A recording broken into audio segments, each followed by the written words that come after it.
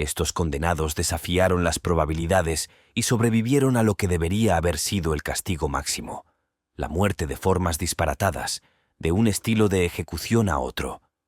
Uno se preguntaría si estos convictos sabían, mientras estaban en el corredor de la muerte, que la vida misma les daría una segunda oportunidad. John, medio ahorcado, Smith. John Smith se ganó notoriedad como ladrón de casas londinense que eludió la ejecución 3 veces de más. Sirvió en la Marina, primero en un mercante y luego en un hombre de guerra, y fue licenciado tras la batalla de la Bahía de Vigo. El nativo de New Yorkshire fue capturado por primera vez en 1705 por 4 delitos. Fue declarado culpable de 2 el 5 de diciembre y condenado a muerte. Como si fuera un mago o estuviera en posesión de algún tipo de vida extra, no le importó que le condenaran a muerte. Estaba previsto que lo ahorcaran la víspera de Navidad de ese mismo año, y al llegar el día, lo llevaron a la horca de la finca señorial de Tyburn, en el condado de Middlesex, Inglaterra. Sus verdugos lo suspendieron y esperaron junto a una pléyade de personas, entre ellas familiares y amigos de Smith, a que muriera. Pero Smith no quiso morir y siguió luchando. Algunas personas empezaron a tirar de sus piernas para ayudarle a morir rápidamente y acortar su sufrimiento. Al final se dieron la vuelta y le sujetaron las piernas para salvarle, ya que simplemente no moría. Smith fue suspendido durante 15 minutos hasta que la gente pidió un indulto. El indulto fue concedido y Smith fue degollado y llevado a una casa cercana, donde se recuperó y se ganó el nombre que se le quedó grabado para siempre. Smith medio ahorcado. Susana Wenceslao Mogel. Wenceslao Mogel Herrera nació el 1 de noviembre de 1896 en Mérida, Yucatán, México. Fue soldado y sirvió a las órdenes del famoso revolucionario Pancho Villa durante la Revolución Mexicana que duró entre 1910 y 1920. Los ejércitos regionales de facto persiguieron a los leales a Villa, que eran bastante poderosos en el norte de México, y los ejecutaron basándose en las acusaciones más endebles. El 18 de marzo de 1915, Mogel fue uno de los revolucionarios capturados. Fue tachado de traidor y condenado a muerte por el coronel Ortiz el mismo día de su captura. Le condenó a ser ejecutado por un pelotón de fusilamiento sin juicio previo. El pelotón estaba formado por 10 soldados, 9 de los cuales se alineaban y disparaban sus armas al mismo tiempo. El 10º oficial estaba allí para dar lo que se conocía como el golpe de gracia. Mogel se colocó en posición y los federales tomaron sus posiciones, listos para enviar a Mogel a su creador. Los 9 hombres dispararon contra el cuerpo de Mogel, apuntando a sus órganos vitales, y el 10º oficial le asestó el tiro mortal en la cabeza a quemarropa para asegurarse de que estaba muerto. Mogel sobrevivió a 10 disparos devastadores y se hizo el muerto a pesar del dolor atroz, para que los federales lo dieran por muerto. Después se arrastró 3 manzanas lejos del lugar de los hechos y se dirigió a la iglesia de Santiago Apóstol, donde lo encontraron y cuidaron hasta que se recuperó.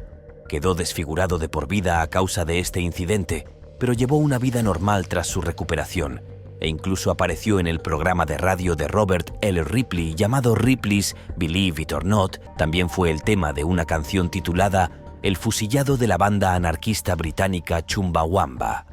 Vivió su vida plenamente y murió el 29 de julio de 1976 a la edad de 79 años. William Duell.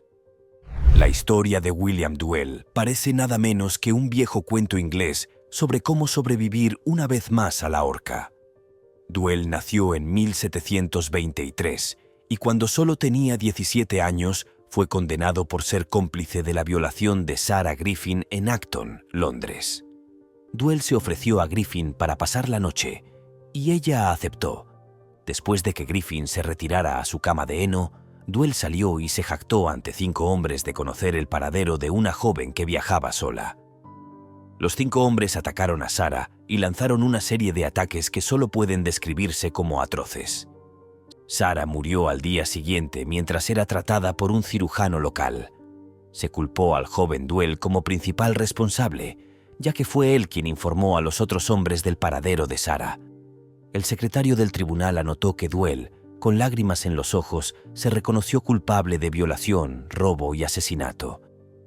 El 24 de noviembre de 1740 fue ahorcado en Tyburn junto con otras 4 personas. Al parecer, Duell estuvo colgado durante 20 minutos antes de que cortaran su cuerpo. Después fue llevado al Teatro de Anatomía de la Worshipful Company of Barbers and Surgeons para ser diseccionado con fines de estudio médico. Lo desnudaron y lo colocaron sobre una tabla, listo para ser anatomizado, hasta que uno de los criados se dio cuenta de que había empezado a respirar lentamente. Duell fue llevado de vuelta a la prisión esa noche y, al ser interrogado, declaró que ni siquiera recordaba haber sido ahorcado. Su sentencia fue finalmente modificada y fue exiliado a Boston, Massachusetts, Estados Unidos, donde vivió y murió a los 80 años. Alierza. Un hombre de 37 años en pleno uso de sus facultades mentales, identificado simplemente como Alireza M., fue sorprendido introduciendo metanfetamina en Irán en 2013. Huelga decir que un tribunal revolucionario no tardó mucho en declarar culpable a Alireza y condenarlo a muerte. En la fresca mañana otoñal del miércoles 9 de octubre de ese mismo año, Alireza fue trasladado desde su celda en la prisión de Behnurd, situada en la provincia septentrional iraní de Jorasán, para ser ahorcado antes de que el sol saludara a la tierra. Tras permanecer suspendido durante 12 minutos, se certificó su muerte, fue descuartizado y enviado al depósito de cadáveres para que su familia reclamara su cuerpo. A la mañana siguiente, un trabajador estaba preparando su cuerpo supuestamente sin vida para que lo recogiera su familia, y descubrió que había algún tipo de condensación en la funda de plástico utilizada para envolver su cuerpo. Esto indicaba que Alireza seguía vivo y respiraba. Fue trasladado inmediatamente al hospital Imam Ali de Boy Nord, donde los médicos empezaron a tratarlo para devolverle la salud. Las autoridades pusieron este hecho en conocimiento del juez, que condenó a Alireza por posesión de 1 kilo de metanfetamina, y el juez determinó que debía ser condenado a muerte de nuevo. Una vez que el personal médico confirmó que su estado de salud era bueno, porque en Irán los condenados deben estar conscientes y relativamente sanos antes de la ejecución. El gobierno iraní no tardó en recibir críticas por esta decisión, pero se mantuvo firme, afirmando que Alireza había sido condenado a muerte y no a la horca. Y como seguía vivo, la sentencia no se había cumplido. En tales circunstancias debe repetirse una vez más. Philip Luther, de Amnistía Internacional, afirmó que la decisión de ahorcarlo de nuevo traicionaba una falta básica de humanidad. El ministro de Justicia iraní, Mostafa Pur Mohammedi, declaró a la agencia de noticias oficial del país, Iraná, que el condenado no volvería a ser ejecutado. Zolaika Katkoda. El 11 de agosto de 1997, Zolaika Katkoda, de nacionalidad iraní, fue detenida y acusada de mantener relaciones sexuales extramatrimoniales. Inmediatamente fue condenada a muerte por decreto del magistrado religioso de la época, Hakim Shar, y con el pleno apoyo del líder de la oración del viernes del pueblo de Ali Abad, Khalib Sadeh. En los casos de adulterio, cuando una persona es condenada a muerte, el método de ejecución preferido es la muerte por lapidación. El individuo es enterrado en un hoyo, el hombre hasta la cintura y la mujer a veces hasta el pecho. Luego se les lanza piedras hasta que dejan de respirar.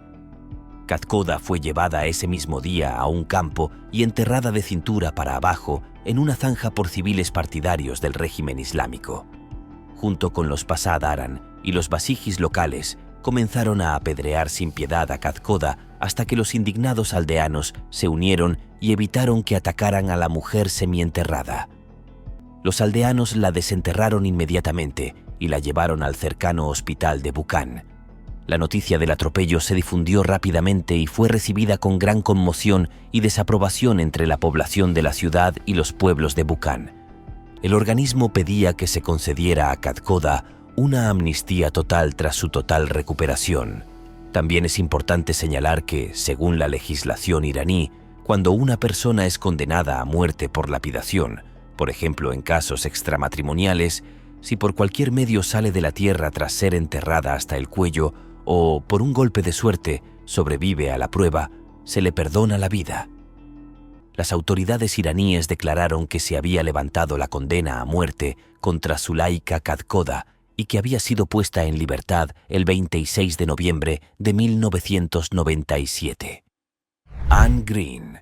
Anne Green fue una empleada doméstica acusada de infanticidio en 1650. Por si aún no lo ha adivinado, Green también sobrevivió a la horca inglesa. Cuando llegó a la edad adulta, empezó a trabajar como criada en la casa de un hombre llamado Sir Thomas Reid. Como criada, Green solo trabajaba como ayudante de otras criadas y seguía siendo una de las de menor rango en la casa de Sir Thomas. Las desgracias comenzaron para Green, de 22 años, cuando se quedó embarazada del nieto adolescente de Sir Thomas, Geoffrey Reid. Green afirmó que había sido seducida por Geoffrey Reid y que no tuvo conocimiento del embarazo hasta que sufrió un aborto en la 17ª semana. Intentó ocultar los restos del feto poco desarrollado, pero fue descubierta y acusada de infanticidio. Su jefe presentó cargos e insistió en que era culpable en virtud de la ley inglesa de 1624, que establecía la presunción legal de que una mujer que ocultara la muerte de su hijo ilegítimo lo había asesinado. A pesar de los testimonios de una comadrona experimentada y de los compañeros de Green de que ella no había matado intencionadamente al niño, Green fue declarada culpable de asesinato y condenada a morir en la horca. Después de colgarla durante 30 minutos, todos los presentes llegaron a la conclusión de que Green estaba muerta, por lo que fue descuartizada y enviada a los médicos de la Universidad de Oxford para que la anatomizaran. Los dos médicos, William Petty y Thomas Willis, al examinar a Green, descubrieron que tenía un pulso débil y respiraba débilmente. Inmediatamente alertaron a sus otros colegas, que se unieron para intentar salvar a Green. El grupo de 4 médicos probó muchos remedios, incluido un enema de humo de tabaco. Al mantenerla caliente, recuperó rápidamente la salud e incluso empezó a hablar al cabo de 12 o 14 horas. Al cabo de 30 días, Green no solo estaba viva, sino al 100%, salvo por la pérdida de memoria. Willie Francis. El joven Willie Francis experimentó 2 veces la horripilante Gertie, la tristemente célebre silla eléctrica de Luisiana, sobreviviendo una vez a la horrible experiencia y rindiéndose en el segundo intento. Francis, que llegó a ser conocido como el adolescente negro ejecutado 2 veces, solo tenía 17 años cuando fue detenido. Fue detenido en Texas City bajo sospecha de traficar con drogas con otro traficante simplemente porque llevaba un maletín y hablaba tartamudeando. Solo estaba visitando a su hermana, que vivía en Port Arthur, pero la policía lo detuvo de todos modos. No pudieron relacionarle con el traficante y pronto empezaron a interrogarle sobre el asesinato. Thomas había sido asesinado a tiros 16 meses antes en St. Martinville, Luisiana. Las fuentes afirman que el sheriff, el Res Weber, había pedido al jefe de policía de Port Arthur que detuviera a cualquier hombre para poder cerrar el caso. Y el joven Francis, que entonces tenía 15 años, fue el desafortunado chivo expiatorio. A los pocos minutos de su detención, ya había una confesión firmada por Francis en la que afirmaba haber matado a Thomas en noviembre de 1944. Inmediatamente fue acusado ante el tribunal y en 3 semanas, Francis estaba en presencia de un gran jurado de 12 hombres blancos. Se declaró inocente de los cargos. La policía alegó que Francis llevaba la cartera del muerto en el momento de su detención, pero no se presentaron pruebas de ello ante el tribunal. Y fue declarado culpable y condenado a muerte en la silla eléctrica. El 3 de mayo de 1946, Francis fue conducido casi 16 kilómetros y pasó por la casa de su infancia desde su celda en la cárcel del juzgado para ser electrocutado. Le ataron a la horripilante silla y accionaron el interruptor. Sin que todos los presentes lo supieran, la silla eléctrica portátil había sido instalada incorrectamente por un funcionario de prisiones borracho y su ayudante, que era un recluso. Sobrevivió a la ejecución, ya que la corriente no fue suficiente para matarle, aunque le dejó calvo. El padre de Francis solicitó entonces los servicios del abogado defensor Bertrand de Blanc, que luchó con uñas y dientes para evitar una nueva ejecución. DeBlanc inició entonces un procedimiento para anular la condena de Francis. Pero el desalentado adolescente, que ahora tenía 18 años, había perdido toda esperanza. El 9 de mayo de 1947, poco más de un año después de su chapucera ejecución, Willie Francis volvió a sentarse en la silla eléctrica. Willie, que unos días antes había dicho al periodista Elliot Chase que iba a reunirse con el Señor con sus pantalones y su corazón de domingo, fue declarado muerto 10 minutos después del mediodía. Doyle Hamm. Doyle Lee Hamm fue un delincuente estadounidense condenado a muerte en 1987 por el asesinato de Patrick Cunningham, un hombre al que mató durante un atraco. Hamm nació el 10º de 12 hermanos. El padre de Hamm y sus 6 hermanos mayores habían pasado tiempo en la cárcel. Su Waterloo llegó el 24 de enero de 1987 tras una ola de crímenes que terminó con el asesinato de Patrick Cunningham en un motel de Cullman, Alabama. Fue detenido al día siguiente en Cullman y acusado de asesinato, por lo que podía ser condenado a muerte.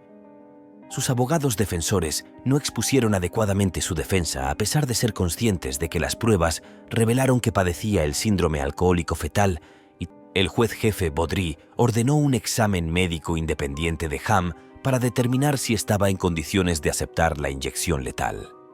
El examen médico determinó que los brazos y las manos de Hamm no eran utilizables, pero sí sus extremidades inferiores. Varios organismos y su abogado defensor se manifestaron en contra, afirmando que el intento solo causaría lesiones al enfermo terminal. A pesar de ello, el estado de Alabama procedió. Durante la ejecución, los funcionarios de prisiones pasaron 2 horas y media pinchando las piernas y los tobillos de Hamm con agujas, intentando encontrar una vena. Cuando no pudieron encontrar ninguna vena, los verdugos procedieron a insertar insensiblemente agujas en la ingle de Hamm, buscando desesperadamente una vena. Hamm fue apuñalado tantas veces con agujas que le perforaron la vejiga y la arteria femoral. Sangró lo suficiente como para empapar con su sangre la camilla en la que yacía. Se ordenó entonces la ejecución y Hamm se convirtió en la 4ª persona en la historia de Estados Unidos desde 1946 en salir con vida de la cámara de ejecución, aunque se dobló nada más levantarse. Rommel Broom. Rommel Broom vivió una vida plagada de crímenes. Broom intentó secuestrar a Vanita McKenney, de 12 años, el 18 de septiembre de 1984, pero fue detenido por 2 vecinos antes de darse a la fuga. Broom secuestró y mató a Trina Middleton, de 14 años, el 21 de septiembre de 1984. Broom fue detenido más tarde ese mismo día y acusado de sus horribles crímenes, incluido el asesinato con agravantes de Middleton, de 14 años. Ofreció declararse culpable a cambio de una condena de 30 años a cadena perpetua, pero su oferta fue rechazada. Fue declarado culpable y condenado a muerte por inyección letal. El 15 de septiembre de 2009, Rommel Broom fue tumbado en una camilla y sus verdugos comenzaron el proceso de administración de la droga letal en sus venas. Durante 2 horas intentaron encontrar una entrada venosa en su persona, pero no lo consiguieron. Se suspendió el intento y se le concedió un aplazamiento de 1 semana. Broom fue pinchado 18 veces diferentes durante este intento. La autoridad del Estado para intentar llevar a cabo su ejecución por segunda vez fue impugnada posteriormente por Broom, quien afirmó que hacerlo violaría la prohibición institucional de poner en peligro la vida de alguien. El Tribunal Supremo de Ohio desestimó sus apelaciones y autorizó al Estado a intentar su ejecución. Su posterior ejecución se programó inicialmente para el 17 de junio de 2020, pero luego se trasladó al 16 de marzo de 2022. La batalla de Schutz y Schutz llegó a su fin el 28 de diciembre de 2020, cuando Rommel Broom falleció por presuntas complicaciones de la COVID-19. John Babicombe Lee. John Henry George Babicombe Lee fue un inglés de la era victoriana que llegó a ser conocido como el hombre que no pudo ser ahorcado después de que sobreviviera a 3 intentos en la horca en misteriosas circunstancias. Lee un famoso ladrón nacido en Abbot's-Kerswell, Devon. Sirvió en la Marina Real antes de empezar a trabajar como lacayo y jardinero para Emma Keyes en su residencia. Keyes fue encontrada brutalmente asesinada el sábado 15 de noviembre de 1884. Tenía el cráneo fracturado y la garganta cortada. El atacante había prendido fuego a su cuerpo y a distintas partes de su casa.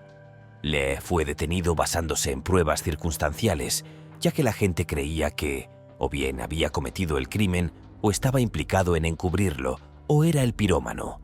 Los fiscales acusaron a Lee de matar a su patrona porque le había reducido su ya escaso salario. Como es habitual con los demás de esta lista, Lee recibió una representación legal inadecuada y dijo mentiras mientras seguía manteniendo que era inocente. Lee fue declarado culpable y condenado a muerte. El juez Manisty, que presidía el tribunal, observó la calma de Lee mientras se leía su sentencia, y Lee respondió a sus comentarios diciendo: «Por favor, mi señor, permítame decirle que estoy tan tranquilo porque confío en mi señor y él sabe que soy inocente. Estaba previsto que muriera en la horca el 23 de febrero de 1885. Aquel fatídico día se despertó y dijo a los 2 guardias que le acompañaban que había soñado que el verdugo intentaba ahorcarle sin éxito debido a la rotura del patíbulo. Mientras le colocaban la máscara sobre el rostro, al parecer miró hacia el cielo, manteniendo la calma. A continuación se tiró de la palanca que suspendería a Lee, pero ésta se negó a funcionar. El verdugo lo intentó de nuevo, con la ayuda de 2 carceleros que golpearon la plataforma. La palanca seguía sin funcionar. Lee fue retirado de la plataforma y al intentar colgarlo, funcionó sin problemas. Lo volvieron a colgar y al intentar colgarlo por segunda vez, el aparato volvió a negarse a funcionar. Intentaron ejecutarlo por tercera vez, pero al tirar y pisar las tablas, estas solo emitieron sonidos chirriantes, pero permanecieron rígidamente atascadas en su sitio. Finalmente, Lee fue escoltado de vuelta a su celda y la noticia de su supervivencia se convirtió en un frenesí. El ministro del Interior anuló entonces su condición y lo condenó a cadena perpetua. La gente creía que el hecho de que el equipo no funcionara 3 veces significaba que Lee podía haber sido inocente después de todo. Lee fue liberado en 1907 tras cumplir solo 22 años. Siguió adelante, se casó, tuvo 2 hijos y se pasó la vida exhibiéndose para ganar algo de dinero. Misterioso o no, sobrevivir a la ejecución no habría sido más que un mito si estos individuos no hubieran desafiado de alguna manera a la muerte. Vea más vídeos escalofriantes como este haciendo clic aquí.